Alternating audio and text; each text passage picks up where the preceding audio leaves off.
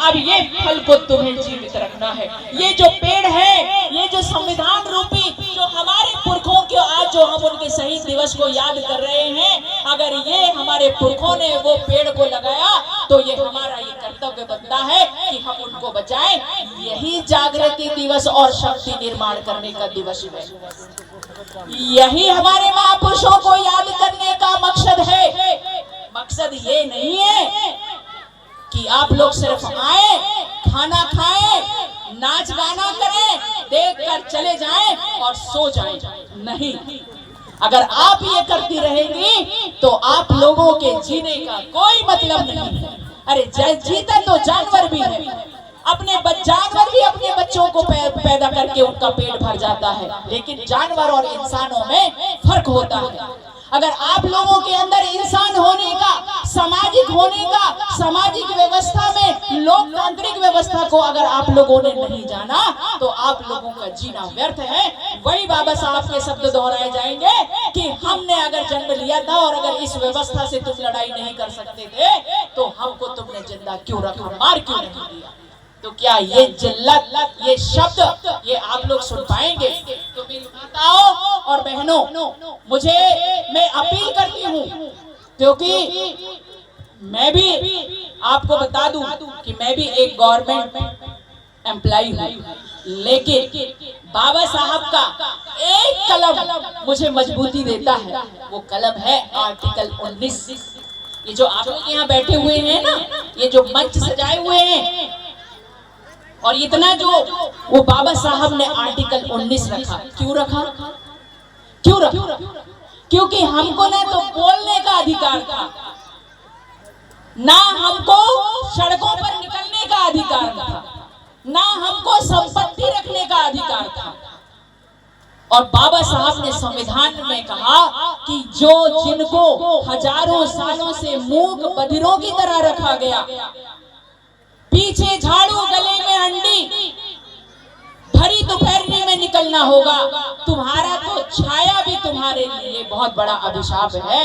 ये बाबा साहब ने उसको संविधान में समता, स्वतंत्रता, बंधुता और न्याय पर आधारित।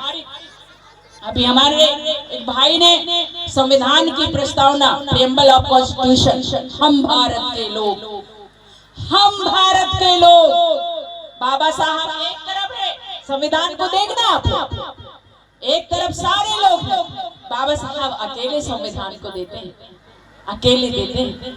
बाबा साहब ने इस संविधान में जो अपने शोषित और पीड़ित लोगों के लिए जितना मेहनत परिश्रम करके जो अवसर हमको दिया है, वो अवसर को जो दुश्मन के द्वारा खत्म करने का षड्यंत्र रचा जा रहा है, उन अवसरों को, उस संविधान में हमारे अधिकारों को बचाने के लिए हमें हमारा ये कर्तव्य हमको निभाना होगा।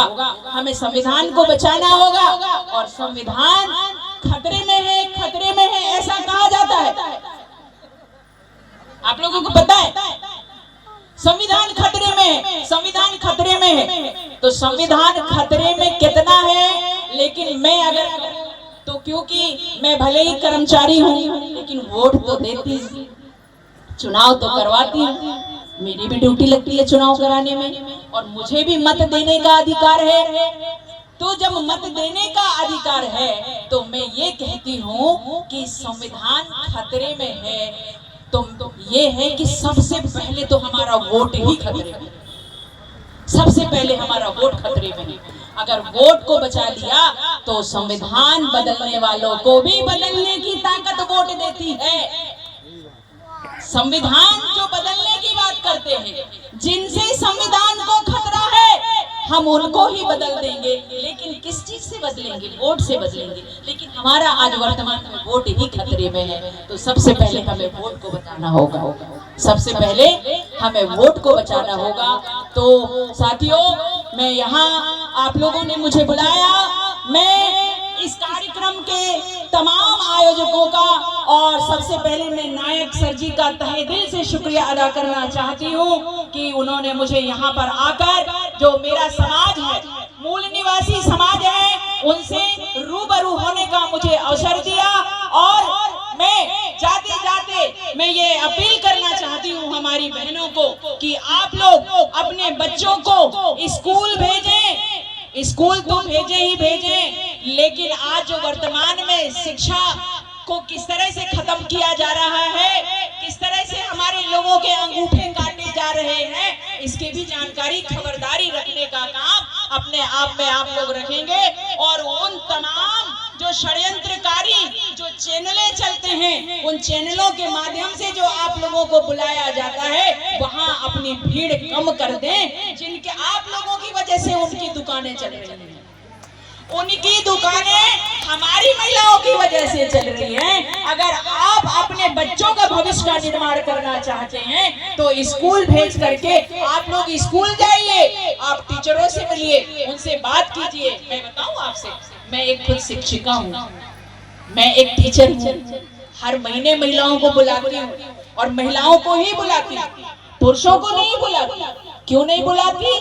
क्योंकि पुरुष सुबह से वो अपनी आर्थिक व्यवस्था की तैयारी करने जाता है, तो क्योंकि महिला जो माँ होती है वो परिवार की प्रथम गुरु होती है। अगर माँ के अंदर सोचने समझने की शक्ति आएगी, माँ अगर नैतिक गुणों का विकास अगर करेगी तो माँ करेगी। और अगर माँ स्कूल आकर के शिक्षा के प्रति जागरूक होगी तो अपने बच्चे को भी शिक्षा के लिए तैयार कर पाएगी। इसलिए मैं सबसे पहले माँओं को बुलाती हूँ।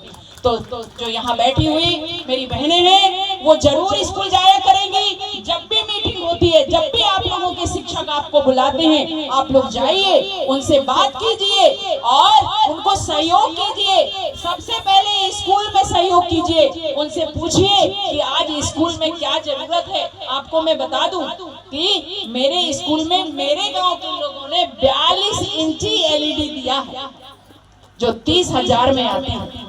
एक कंप्यूटर उन्होंने दिया है। मैं अपने बच्चों को कंप्यूटर वहां बैठकर सिखाती हूँ। मेरे बच्चे LED खुद चालू करते हैं, मैं चालू नहीं करती। तो ये चीजें जब आप लोग अपने शिक्षकों को जाकर सपोर्ट करेंगे तब ये हो पाएगा। उनकी समस्याओं को जानिए, क्योंकि समस्याएं ऊपर से निर्माण की जा रही हैं कि हमारा शिक्षक सही एजुकेशन ना दे पाए, उनको इतने कामों पर उलझा के रखा जाता है। तो अगर आप लोग उनको सपोर्ट करेंगे, उनका सम्मान करेंगे, तो निश्चित तौर पर वो अपने बच्चों के लिए, आपके बच्चों के लिए यहाँ पर बिल्कुल वो काम करेंगे। मैं इसी आशा और उम्मीद के साथ ये अपील करती हूँ कि आप अपने सामाजिक जो है राजनीतिक और संवैधानिक जानकारी आप लोग रखेंगी। बहुत बहुत धन्यवाद, आप लोगों ने मुझे सुना। जय भारत, जय संविधान, जय मूल निवासी, जय मूल निवासी। कि आज अगर